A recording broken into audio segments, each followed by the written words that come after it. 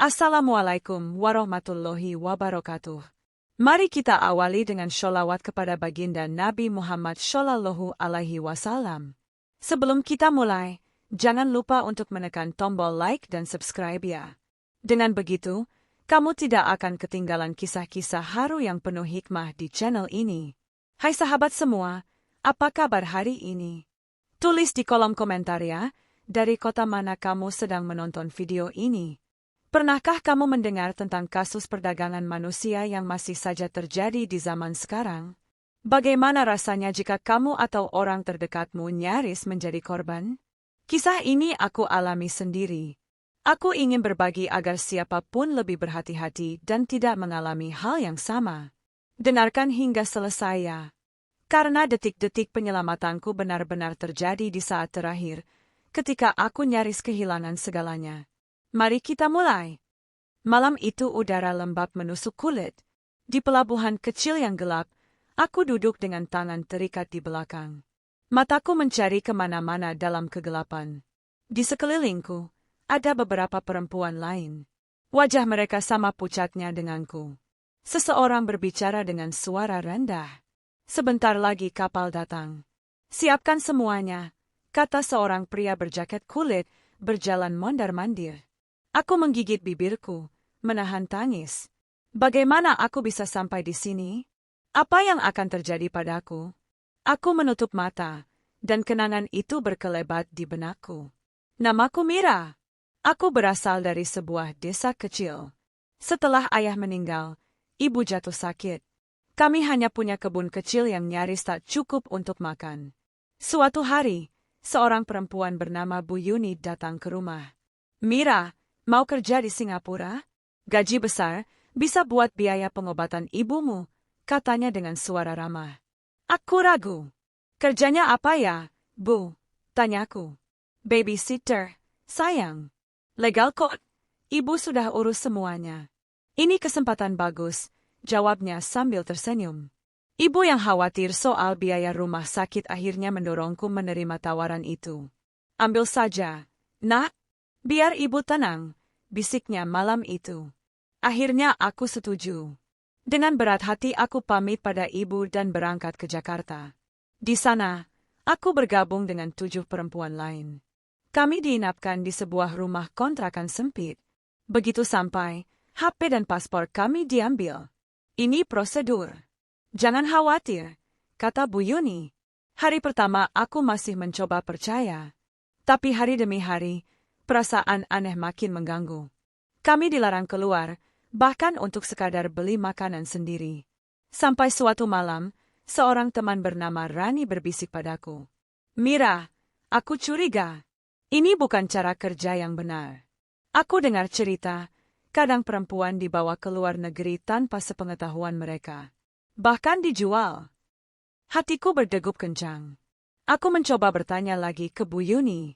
Bu, kenapa kami belum diberangkatkan? Kenapa paspor kami diambil? Dia hanya tertawa singkat. Sabar, sayang. Semua proses butuh waktu. Namun, malam itu juga, kami semua dibangunkan tiba-tiba. Ayo cepat, berangkat. Kami digiring masuk ke dalam mobil van, lalu dibawa ke pelabuhan ini. Dan kini, aku di sini. Terikat. Menunggu kapal yang entah akan membawa kami kemana. Dalam hati aku berdoa. Ya Allah, selamatkan aku ingin pulang. Di kejauhan, suara motor perahu semakin dekat. Sementara air mataku mulai jatuh tanpa bisa kutahan. Apa yang akan terjadi? Apakah aku masih bisa pulang ke rumah? Angin malam menusuk tulang saat aku duduk terikat di pelabuhan. Aku mencoba menenangkan diri, meski gemetar tak bisa kuhentikan. Di sela-sela isak tangis perempuan lain, pikiranku melayang ke perjalanan yang membawaku ke tempat ini. Semua bermula 2 minggu lalu. Setelah menerima tawaran Bu Yuni, aku bersama beberapa perempuan lain dibawa ke Jakarta. Di dalam van sempit itu, kami berdesakan. Aku berusaha menghibur diri, meyakinkan bahwa semua akan baik-baik saja. Sesampainya di Jakarta, kami dibawa ke sebuah rumah kontrakan di pinggiran kota. Rumah itu sederhana, dengan jendela-jendela yang selalu ditutup rapat. Untuk keamanan, ya. Biar kalian gak keluyuran, kata seorang pria bernama Pak Harto yang katanya bekerja untuk Bu Yuni. Di rumah itu, hari-hari terasa panjang. Kami hanya boleh beraktivitas di dalam rumah. Setiap pagi, seorang wanita lain datang membawa makanan. Aku mulai merasa aneh ketika HP dan paspor kami disita. Ini biasa, sayang. Nanti diurus biar kalian gak repot, kata Bu Yuni lagi dengan senyum tipis. Namun, kecurigaan semakin besar ketika kami mendengar percakapan yang tak sengaja lewat di telinga. Suatu malam, saat semua tertidur, aku terbangun karena suara bisikan dari ruangan sebelah. Aku menempelkan telinga ke dinding tipis itu. Besok malam, kita siapin semua. Barang sudah ada 7. Jangan lama-lama, takut ketahuan. Suara itu terdengar jelas. Barang? Apa maksud mereka? Hatiku mencelos. Keesokan harinya, aku mencoba bertanya pada Rani, teman sekamarku yang lebih berpengalaman. Rani, kamu pernah dengar cerita kayak gini enggak? Tanyaku pelan. Ia menghela napas panjang. Mira, aku juga makin takut. Aku pernah dengar, kalau begini biasanya kita bukan dibawa kerja. Bisa saja dijual, dipaksa kerja tanpa bayaran, atau lebih buruk lagi, bisiknya. Aku merinding. Ingin rasanya kabur, tapi kemana? Kami tak punya HP, pintu rumah selalu terkunci. Beberapa teman lain pun mulai resah. Ada yang menangis, ada yang hanya termenung. Aku mendatangi Bu Yuni sekali lagi. Bu, kenapa belum ada kejelasan? Kenapa kami belum diberangkatkan resmi? Wajah Bu Yuni berubah dingin. Kamu terlalu banyak tanya. Diam saja. Kalau enggak, nanti makin susah hidupmu, katanya sambil melotot. Aku pulang ke kamar dengan dada sesak. Malam itu aku tak bisa tidur. Dan benar saja, dini hari berikutnya, kami semua dibangunkan dengan tergesa. Ayo cepat. Berangkat sekarang, teriak Pak Harto. Dengan paksa, kami dimasukkan ke dalam mobil. Aku ingin melawan, tapi tubuhku gemetar. Di perjalanan, aku hanya bisa berdoa. Mobil berhenti di pelabuhan kecil yang gelap. Kami digiring ke dalam sebuah gudang kumuh. Di sana, tali rafia dipasangkan di pergelangan tangan kami. Aku menangis dalam hati. Ya Allah, kenapa aku sebodoh ini? Kenapa aku percaya begitu saja? Suara motor perahu makin dekat. Wajah-wajah ketakutan di sekitarku makin jelas terlihat.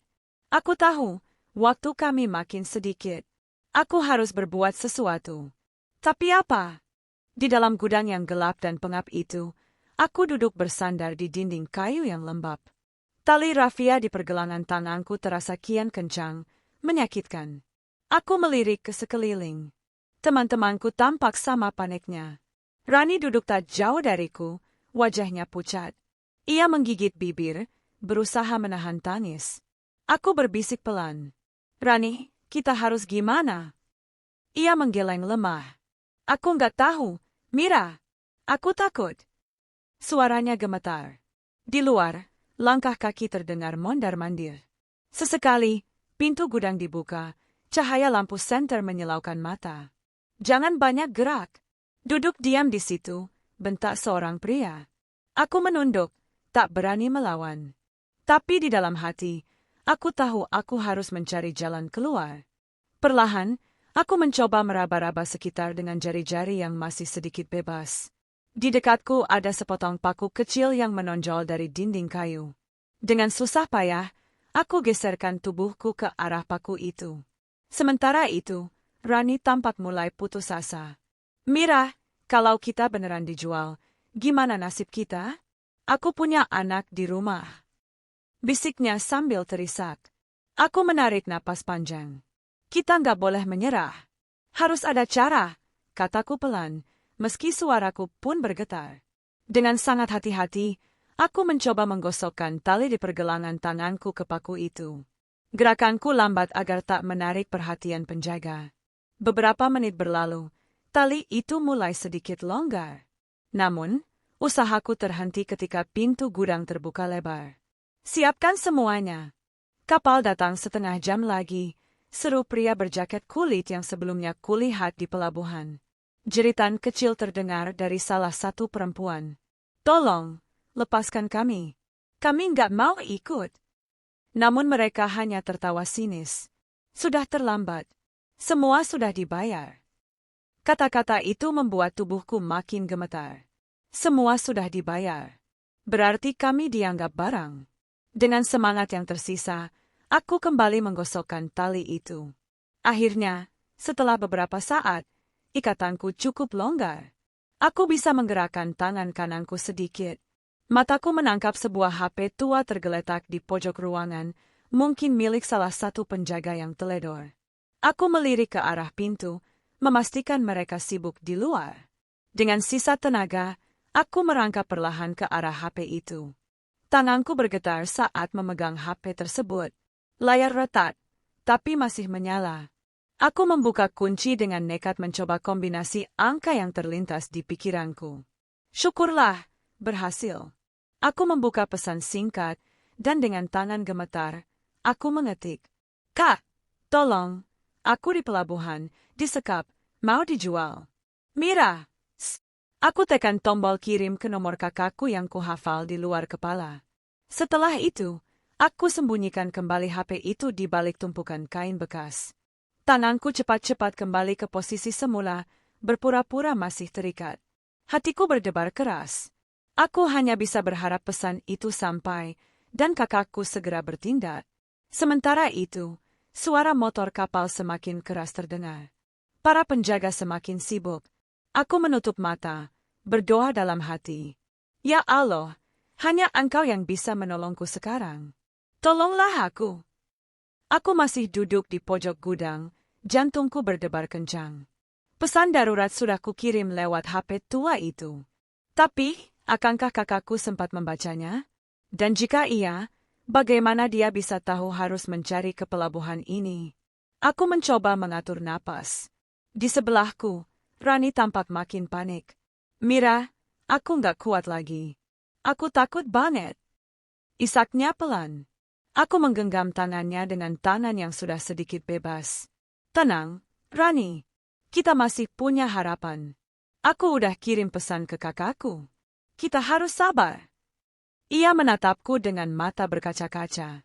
Semoga Allah bantu kita, ya. Bisiknya. Suasana di luar makin riuh. Para pria berseragam lusuh itu mulai memanggul beberapa karung dan kotak ke dermaga. Di antara mereka, ada juga perempuan yang dipaksa berdiri, dipersiapkan untuk diangkut ke kapal. Pintu gudang kembali dibuka. Seorang pria bertubuh besar masuk. Siap-siap. Kalian dua akan dibawa duluan, katanya sambil menunjuk ke arah dua perempuan di dekat pintu. Tangis pecah. Mereka diseret keluar dengan kasar. Aku menahan napas, tubuhku gemetar. Waktuku tak banyak.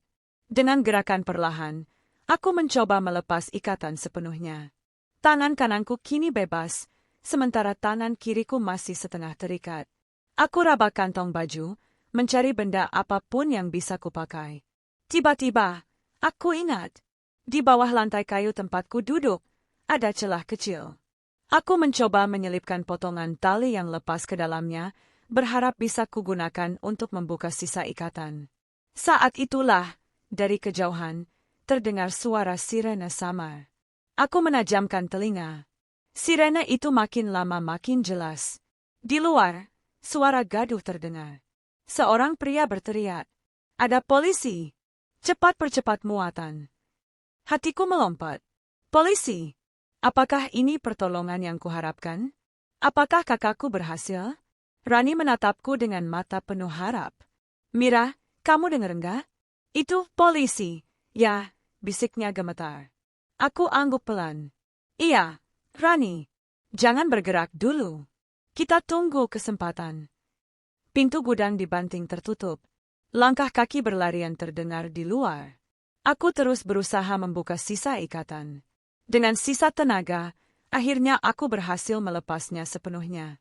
Tanpa pikir panjang, aku membantu Rani melepaskan tali di tangannya. Setelah itu, kami berdua saling berpegangan. Kita nggak boleh gegabah. Tunggu pas mereka lengah, bisikku. Sirena kini makin keras. Suara mobil-mobil berhenti di dekat pelabuhan. Semua ke kapal. Jangan biarkan polisi masuk, teriak salah satu penjaga. Aku melirik ke arah pintu yang sedikit terbuka. Dengan napas tertahan, aku mengintip. Di kejauhan, aku melihat beberapa polisi bersenjata ringan mulai berlarian ke dermaga. Salah satu penjaga panik, HP di tangannya gemetar saat ia berusaha menghubungi seseorang. Aku tahu, ini saatnya. Aku berbisik ke Rani. Kita harus siap. Begitu ada celah, lari ke arah polisi, jangan ke kapal. Ia mengangguk tegas. Wajah kami sama-sama penuh kecemasan. Dalam hati, aku terus berdoa. Ya Allah, hanya Engkau pelindung kami. Berikan jalan keluar. Suara bentakan dan langkah kaki makin kacau. Kami tahu, detik-detik penentuan semakin dekat. Suara sirena makin memekakan telinga. Di luar gudang, langkah kaki berlarian. Bentakan demi bentakan terdengar, membuat suasana makin tegang. Aku dan Rani berpegangan erat. Siap ya, Ran. Kalau ada kesempatan, kita lari bareng, bisikku cepat. Rani mengangguk. Meski wajahnya pucat, matanya kini tampak lebih tegas. Pintu gudang kembali terbuka lebar. Seorang pria menerobos masuk, wajahnya panik. Semua cepat ke kapal. Polisi makin dekat, teriaknya. Di balik punggungnya, aku melihat bayangan beberapa polisi sudah mulai mendekat dari kejauhan. Aku tahu, saat itu kesempatan kami datang. Dengan gerakan cepat, aku menarik Rani berdiri. Kami berdua berlari sekuat tenaga menuju pintu, menerobos di antara para penjaga yang sibuk memindahkan barang. Salah satu pria melihat kami. Hei, mau kemana kalian? Teriaknya sambil berusaha mengejar. Aku tak peduli. Nafasku memburu. Aku berlari sekencang-kencangnya ke arah suara polisi. Di depanku, seorang polisi berseragam sudah mengangkat tangannya. Berhenti. Jangan takut. Sini, serunya. Aku langsung melompat ke arahnya, hampir tersungkur. Rani menyusul di belakangku. Begitu kami sampai di dekat polisi, aku terisak keras. Tolong Pak, kami disekap. Mau dijual, tolong kami Pak. Kataku nyaris tak terdengar. Polisi itu segera menarik kami ke belakang garis pengaman. Tenang, kalian aman sekarang, ucapnya dengan tegas. Di belakang kami, situasi makin kacau. Beberapa polisi lain mulai menangkap para penjaga yang mencoba kabur. Ada yang melompat ke air, ada yang bersembunyi di balik tumpukan peti. Aku memeluk Rani erat. Tangis kami pecah seketika. Allahu Akbar. Allah masih lindungi kita, Mira. Ucap Rani sambil terisak. Aku mengangguk. Air mata bercucuran tanpa henti. Iya, Ran. Allah tolong kita di saat terakhir. Tak lama kemudian, seorang polisi wanita datang mendekat, membawakan selimut untuk kami. Kalian sudah aman sekarang. Kami sudah lama mengincar sindikat ini. Untung ada pesan darurat yang masuk ke nomor darurat polisi. Kami langsung bergerak, jelasnya sambil tersenyum lembut. Aku tertegun. Pesan darurat? Tapi aku kirim ke kakakku. Gumamku. Polisi itu mengangguk. Iya, kakakmu langsung lapor ke kami. Berkat pesanmu, kami bisa tepat waktu. Aku memejamkan mata, rasa syukur mengalir deras di hati. Terima kasih, ya Allah. Terima kasih. Bisikku lirih. Saat itu, di tengah pelabuhan yang mulai diterangi lampu polisi, aku tahu bahwa hidupku baru saja diselamatkan di detik terakhir. Namun perjalanan belum usai. Kami harus menghadapi proses hukum, dan tentu saja, aku ingin segera pulang. Pulang ke pelukan ibu yang selama ini terus kuingat di setiap detik cobaan ini. Di ruang pemeriksaan kantor polisi, aku duduk berdampingan dengan Rani. Kami masih mengenakan selimut tebal yang diberikan petugas. Wajah kami lelah, tubuh pun masih gemetar. Tapi setidaknya, kini kami merasa aman. Seorang polisi wanita duduk di depan kami, senyumnya menenangkan. Kami butuh keterangan kalian ya, supaya bisa memberatkan tuntutan buat mereka, katanya lembut. Aku mengangguk pelan. Siap, Bu, saya akan ceritakan semua. Jawabku. Dengan suara bergetar, aku menceritakan dari awal bagaimana aku bertemu Bu Yuni, iming-iming kerja di luar negeri, penahanan di rumah kontrakan, hingga penyekapan di pelabuhan. Setiap kata yang keluar membuat hatiku sesak, tapi aku tahu, aku harus kuat. Ini penting, agar mereka tak lagi menipu perempuan lain. Rani juga memberikan kesaksiannya, sambil sesekali mengusap air matanya. Saya cuma pengen kerja halal buat anak saya, Bu, saya nggak nyangka bakal begini. Ucapnya lirih. Polisi wanita itu mengangguk penuh pengertian. Kalian luar biasa berani. Berkat kalian, sindikat ini bisa kami bongkar. Para pelaku sudah kami tahan. Termasuk Bu Yuni dan komplotannya, jelasnya. Aku menarik napas lega. Alhamdulillah akhirnya, gumamku pelan. Setelah pemeriksaan selesai, kami dibawa ke rumah singgah milik dinas sosial. Di sana, kami disambut dengan hangat. Ada makanan hangat, tempat tidur bersih, dan yang terpenting, rasa aman. Di malam yang sunyi itu, aku merenung di sudut ranjang. Pikiran tentang ibu dan keluarga terus mengisi benakku. Aku ingin segera pulang, memeluk ibu, dan menceritakan semuanya. Namun sebelum itu, aku harus menyelesaikan semua proses hukum. Keesokan harinya, aku menerima kabar bahwa kakakku akan datang menjemput. Ketika aku melihat sosok kakakku masuk ke rumah singgah, air mataku langsung tumpah. Aku berlari memeluknya erat. Kak, maafin Mira. Mira bodoh banget. Isaku. Kakakku mengelus kepalaku. Enggak, Dek, kamu kuat. Yang penting kamu selamat.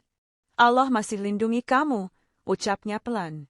Aku menangis makin keras di pelukannya. Segala ketakutan dan kecemasan selama ini seolah luruh seketika. Tak lama kemudian, polisi memberi penjelasan. Kalian sudah bisa pulang. Tapi tolong, tetap siap jika sewaktu-waktu dibutuhkan untuk persidangannya. Aku mengangguk tegas. Siap, Pak. Saya akan bantu supaya mereka dihukum seadil-adilnya. Dengan perasaan lega, aku meninggalkan rumah singgah bersama kakakku. Di perjalanan pulang, aku hanya bisa bersyukur dalam hati. Ya Allah, terima kasih kau selamatkan aku, terima kasih kau beri aku kesempatan kedua. Namun aku tahu, perjalanan hidupku belum selesai. Kini, aku punya satu tekad baru, untuk membantu perempuan lain agar tidak terjebak dalam perangkap yang sama. Hari-hari setelah kejadian itu berjalan perlahan. Aku kembali ke kampung, ke pelukan ibu yang sejak awal selalu mendoakan dan menungguku. Begitu melihatku turun dari mobil, ibu langsung memelukku erat sambil menangis. Mira, anakku. Allah Maha Baik, kau pulang juga nak. Isaknya. Aku tak sanggup berkata apa-apa, hanya membalas pelukan ibu dengan air mata yang terus mengalir. Di rumah, aku menceritakan semuanya. Tentang Bu Yuni, tentang rumah kontrakan, penyekapan, hingga detik-detik terakhir saat polisi datang menyelamatkan kami. Ibu mendengarkan dengan wajah pilu. Anakku, jangan pernah lagi tergoda janji manis orang. Kalau memang rezeki, pasti Allah kasih dengan cara yang baik, nasihat ibu dengan suara lirih. Aku mengangguk. Iya, Bu. Mira sudah belajar. Kedepannya, Mira nggak mau perempuan lain mengalami hal yang sama, ucapku mantap. Sejak saat itu, aku mulai aktif di komunitas perempuan desa.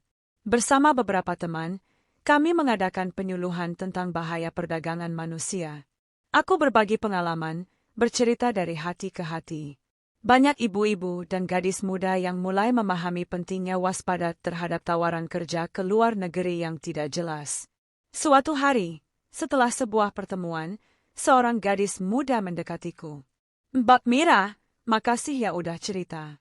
Tadinya aku mau ikut tawaran kerja yang kayak gitu, tapi sekarang aku pikir ulang, katanya lirih.